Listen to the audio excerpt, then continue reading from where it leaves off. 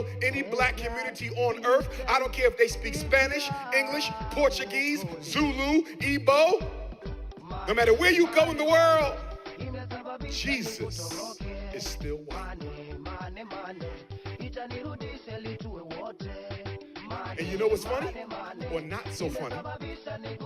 The blacker the country, the whiter the Jesus.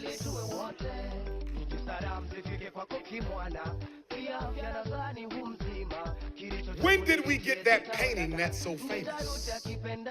The most famous version of the white Christ was Leonardo da Vinci, 1482. We're 500 years later, and the white Jesus is still the most popular picture in the black community. I go into homes and do therapy. And when I go into homes and do therapy, I'm always looking for the bookshelf. And you know what I find, Baltimore? And I've been in a lot of your homes too, just like Philly, just like New York, just like everywhere. I can count on one hand the amount of black homes I've been in that had a bookshelf. There's a laptop, there's tablets, there's cell phone, there's perm juice, there's Air Jordans, there's blunt wrappers, there's an HD TV, no books.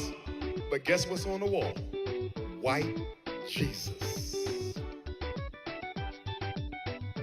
Why is the white image of Christ so dangerous?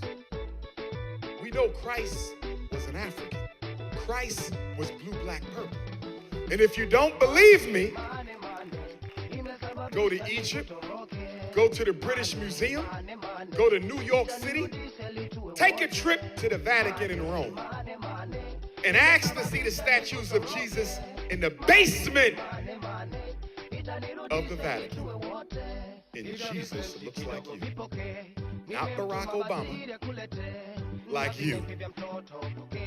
Okay? Jesus Christ didn't look like an Arab. He looked like an African. In the oldest picture, I have a copy of him and the 12 disciples.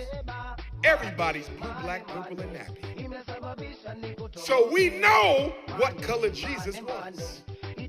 So why are black people so comfortable worshiping our deity in an image that resembles the enemy?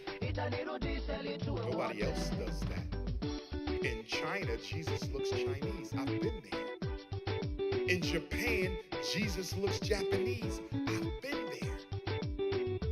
But when I come to the black community, Jesus looks like the president. And the reason you're comfortable with your deity being represented by your enemy is because you are one and the same psychologically with your oppressor. We have internalized the racism. And until we admit we have internalized the racism, we will never fix this problem. Because we keep talking about the enemy outside of us. The enemy outside of me. The enemy outside of you. But I'm here to tell you right now, you can destroy racism in America all day long.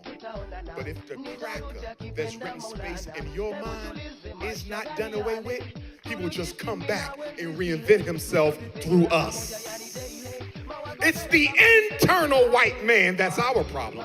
It's the internal white woman that's our problem. Every black woman has a white girl inside of her.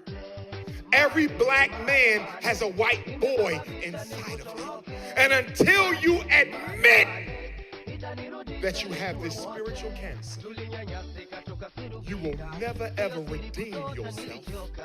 And I'm here to tell you tonight, Baltimore, that one of the things we have to do as a people, and Pastor would agree,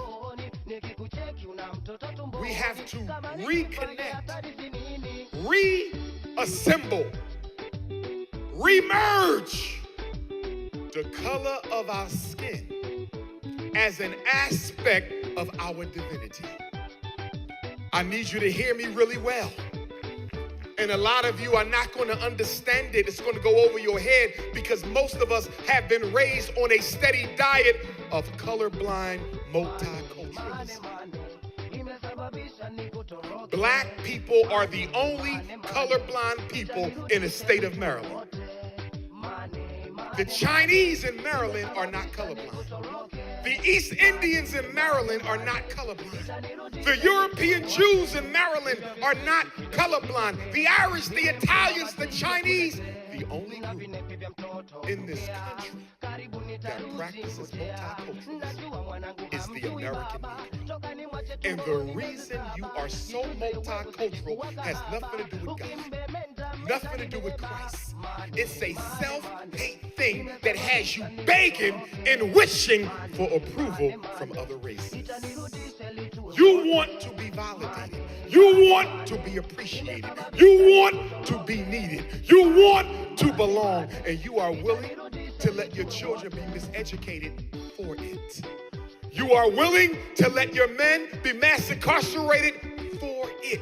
You are willing to let your black single mothers struggle and die, raising all them kids on their own, just so you can get a seat at your slave master's table.